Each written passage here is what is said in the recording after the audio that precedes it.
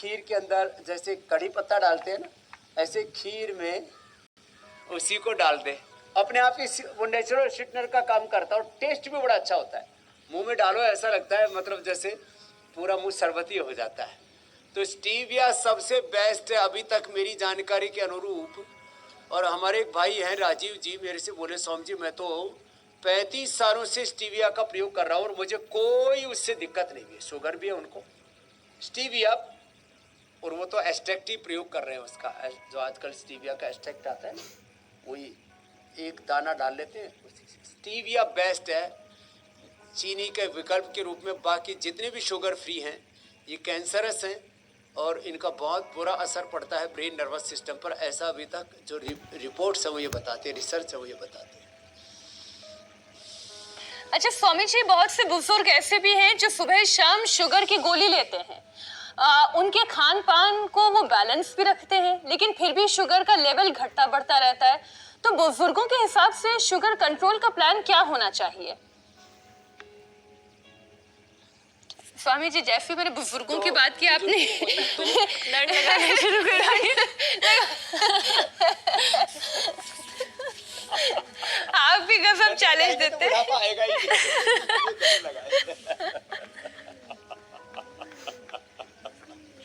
तो बुजुर्गों के लिए ये है, देखो मैंने 5 साल से लेकर के और 85 साल तक की उम्र में डायबिटीज के पेशेंट्स को नॉन डायबिटिक किया है।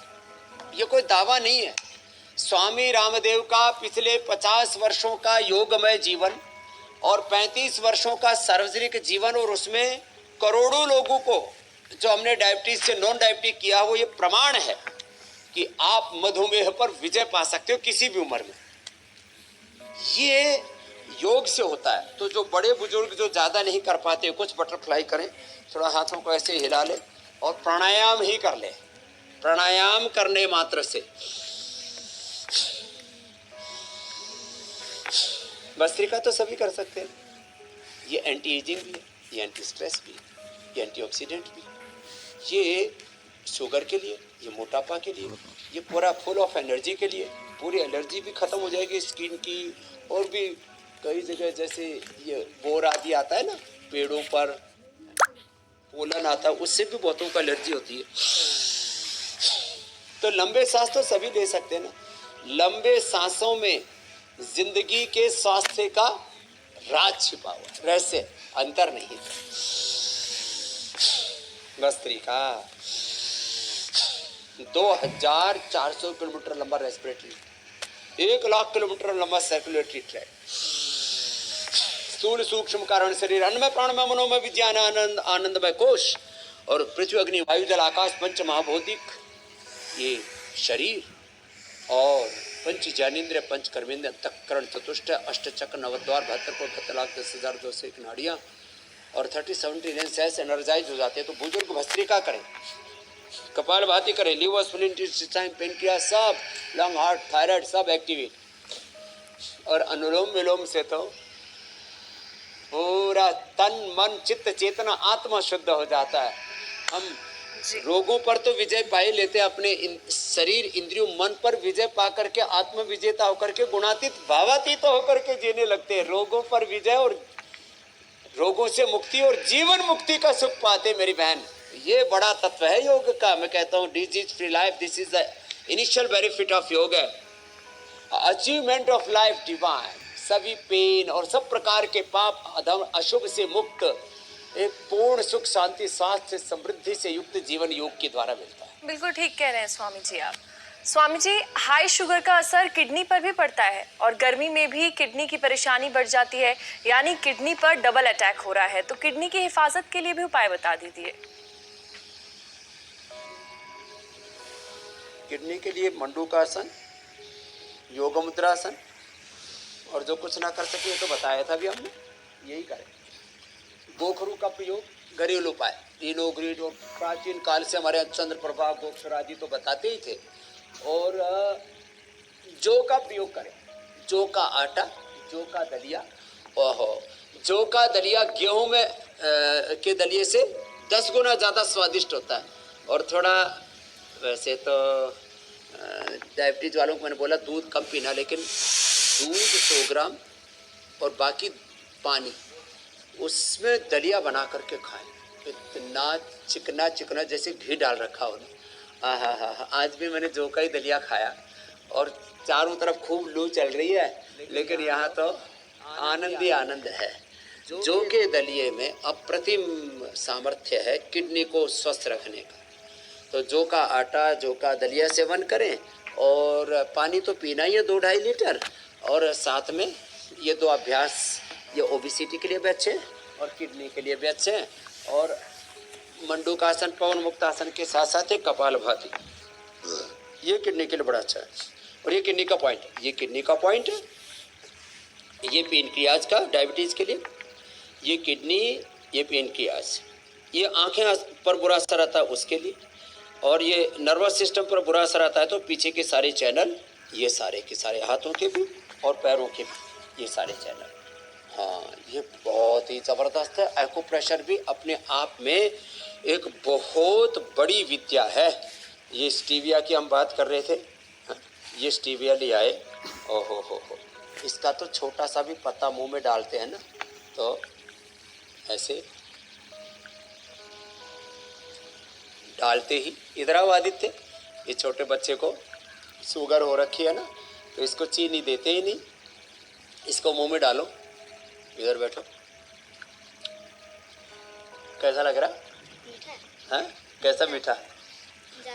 ज़्यादा मीठा इसको तो मजे आ गए, कई दिनों से मीठा मिला ही नहीं था ना, है ना?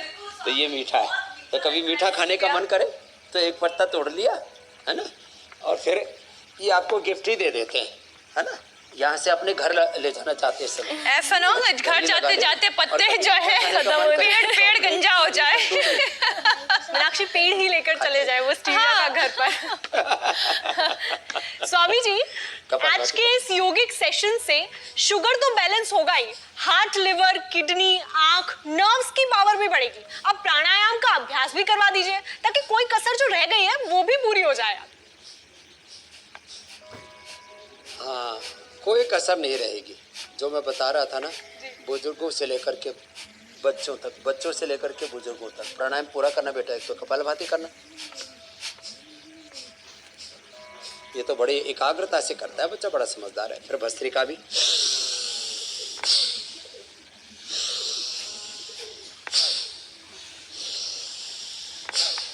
और फिर अनुलोम विलोम करो बाबू।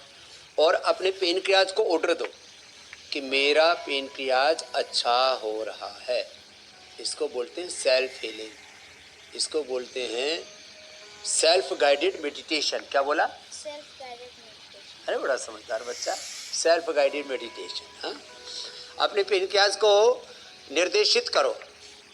आत्म संयम योग, इसको श्रीमद् भगवत गीता में कहा। मेरा पेनक्रियाज अच्छा हो रहा है, मैं योग की शरण में हूँ, भगवान की शरण में हूँ।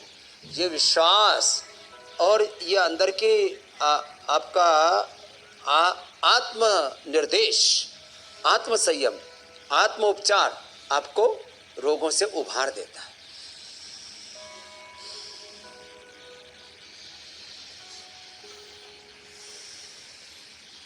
ये 3 तो बहुत जरूरी है। और अग्निसार, ये भी पेनक्रियाज को एक्टिवेट करता है।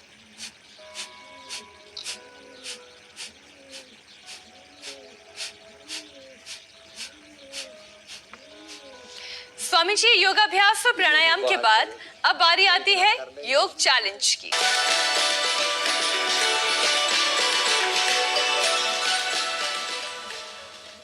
स्वामी जी, कल आपने पादांगुष्ठ नासा स्पर्शासन करने का योग चैलेंज दिया था। आज का चैलेंज है सिंपल वाला, सीधे लेट जाए और लेट करके दोनों पैर मोड़े, अंगूठी से अंगूठी, तलवे से तलवे, एड़ी से एड़ी मिली हुई, दोनों हाथ की अंगुलियों को इंटरलॉक करके, और दोनों हाथ की कोहनियाँ भी ऐसे देखो पास में मिली हुई, और पहले अंगुली को अंगूठे को ऐसे मिला के रखना, ऐसे, और देखो अंगूठी से अंगूठा, हाथ का भी पैर का भी बराबर, और खींच करके कोशिश ये करें लेटे लेटे पैर के अंगूठों को नासिका से स्पर्श कर दे। पादांगुष्ठ नासा स्पर्शासन, ऐसे। स्वामी जी, आपके योगिक चैलेंज को एक्सेप्ट करके बहुत सारे दर्शकों ने अपने योग के वीडियो हमें भेजे हैं, जिनमें से कुछ अच्छे सिलेक्टेड वीडियोस हम यहाँ पर दिखा रहे हैं।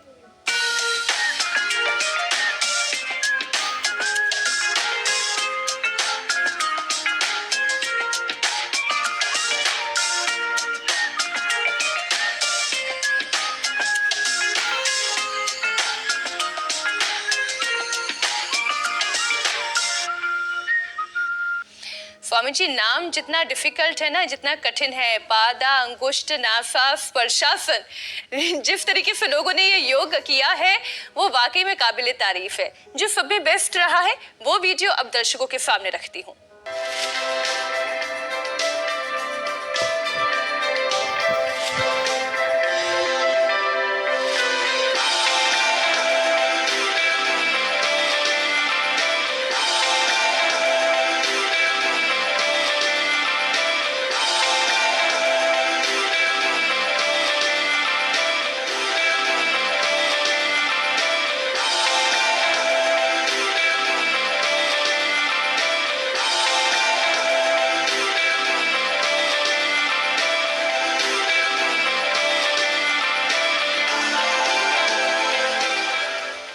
ये सब देख करके लग रहा है अब योग का एक नया युग आ गया है। जी। जब हम भजन गाते हैं ना, उठो युग नया योग का आ रहा है, हृदय देवताओं का हर्षा रहा है, मनुष्य देवता अब बना जा रहा है, सारा संसार अब योग के पथ पर चल रहा है। मैं आश्वस्त हूँ, योगमय जीवन और योगमय जगत होगा और रोगों का भोगों का खात्मा होगा। तो स्वामी जी, योग का ये सिलसिला बना रहे उसके लिए आज आप कौन सा योगिक चैलेंज देने वाले हैं? आज का योगिक चैलेंज जो है वो हम थोड़ा इजी वाला देंगे, लेकिन इसमें थोड़ी स्थिरता अपेक्षित रहेगी। तो देखो, खड़े हो जाएं, कोशिश करो तुम लोग, और दोनों हाथ कमर के ऐसे साइड में लगाएं और बाएं पैर के अंगूठे को दाएं हाथ से हस्त पाद अंगुष्ठासन ऐसे सीधा करें, ऐसे हिलना नहीं है, हिलना मना है, ऐसे। और फिर दूसरी तरफ से ऐसे क्रॉस करके बाएं पैर के अंगूठे को दाएं से पकड़ना और ऐसे सीधे बने रहना बिना हिले डुले।